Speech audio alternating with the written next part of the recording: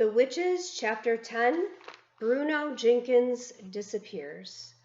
The Grand High Witch was starting to talk again, and now I'm going to prove to you, she said, that this recipe is working to perfection. You understand, of course, that you can't set the alarm clock to go off at any time you like. It does not have to be 9 o'clock. So yesterday I am personally preparing a small quantity of the magic formula in order to give you a public demonstration.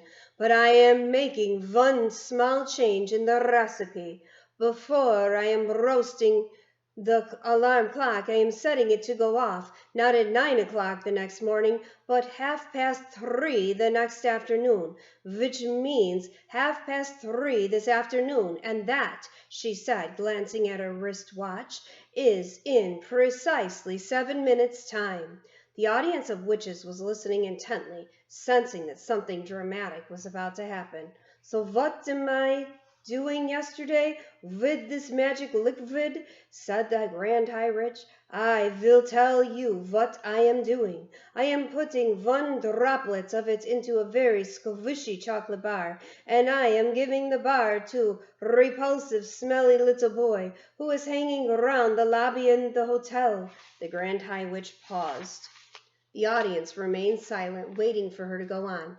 I watched this repulsive little brute gobbling up the squishy bar of chocolate, and when he had finished, I said to him, "Was it good?" He said it was good. I said to him, "Would you like some more?" He said, "Yes." So I said, "I will give you 6 more chocolate bars like that if you will meet me in the ballroom of this hotel in 3:25 tomorrow afternoon." 6 bars, cried the greedy little swine. I'll be there. You bet I'll be there. So the stage is set, shouted the Grand High Witch. The proof of the pudding is about to begin. Do not forget that before I am roasting the alarm clock yesterday, I am setting it for 3:30 today. It is now, she glanced again at her watch, it is now exactly 25 minutes past 3, and the nasty little stinker who will be turning into a mouse in 5 minutes should be at this very moment be standing outside the doors. And by gum, she was absolutely right. The boy, whoever he might be, was already rattling the door handle and banging on the doors with his fist. "Quick!" shivered the Grand High Witch. "Put on your wigs. Put on your gloves. Put on your shoes." There was a great rustle and bustle of putting on wigs and gloves and shoes, and I saw the Grand Witch herself reaching for her face mask and put it over that revolting face of hers. It was astonishing how that mask transformed her. All of a sudden she became once again a rather pretty young lady. "Let me in," came the boy's voice from behind the doors. "Where are those chocolate bars you promised me? I am here to collect. Dish them out." "He is not only smelly, he is also greedy," said the Grand High Witch. "Remove the chains from the door and let him come in." The extraordinary thing about the mask was that its lips moved quite naturally when she spoke. You already couldn't see it was a mask at all. One of the witches leapt to her feet and unfastened the chains. She opened the 2 huge doors. Then I heard her saying, "Why, hello, little man. How lovely to see you. You have come for your chocolate bars, have you not? They are all ready for you. Do come in." A small boy wearing a white t-shirt and gray shorts and gym shoes entered the room. I recognized him at once. He was called Bruno Jenkins, and he was staying in the hotel with his parents. I didn't care for him. He was one of those boys who is always eating something whenever you meet him. Meet him in the hotel lobby, and he is stuffing sponge cake into his mouth. Pass him in the corridor, and he is fishing potato chips out of a bag by the fistful.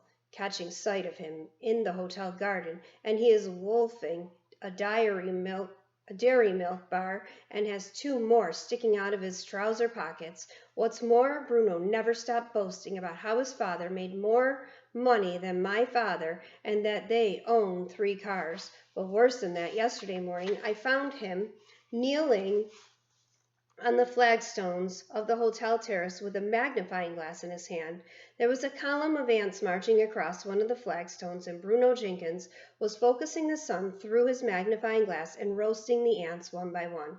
"I like watching them burn," he said. "That's horrible," I cried. "Stop doing it." Let's see you stop me," he said.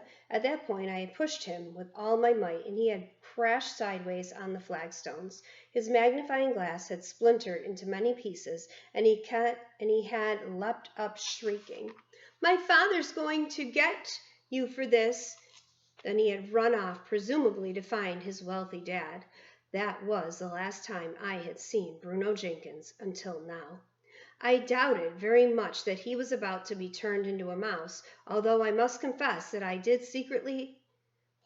was secretly hoping it might happen. Either way, I didn't envy him being up there in front of all those witches.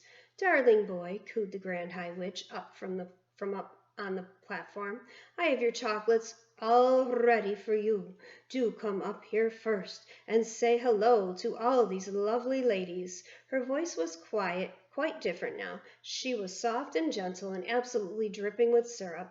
Bruno was looking a bit bewildered, but he allowed himself to be led up onto the platform, where he stood beside the Grand High Witch and said, "Okay, where are my 6 bars of chocolate?"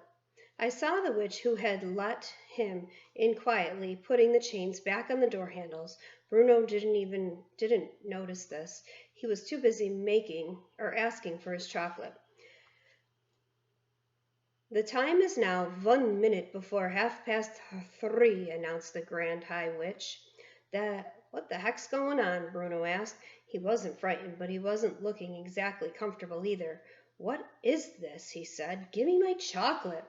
30 seconds to go. The Grand High Witch gripped Bruno by the arm. Bruno shook himself clear and stared at her. She stared back at him, smiling with the lips of her mask. Every witch in the audience was staring at Bruno. 20 seconds, cried the Grand High Witch. "Give me the chocolate," shouted Bruno, becoming suddenly suspicious. "Give me the chocolate and let me out of here." 15 seconds, cried the Grand High Witch. "Will one of you crazy punks kindly tell me what all this is about?" shouted Bruno. 10 seconds, cried the Grand High Witch. 9, 8, 7, 6, 5, 4, 3, 2, 1, 0. We have ignition. I could have sworn I heard an alarm clock ringing. I saw Bruno jump. He jumped as though someone had stuck a hat pin deep into his bottom, and he yelled, "Ow!"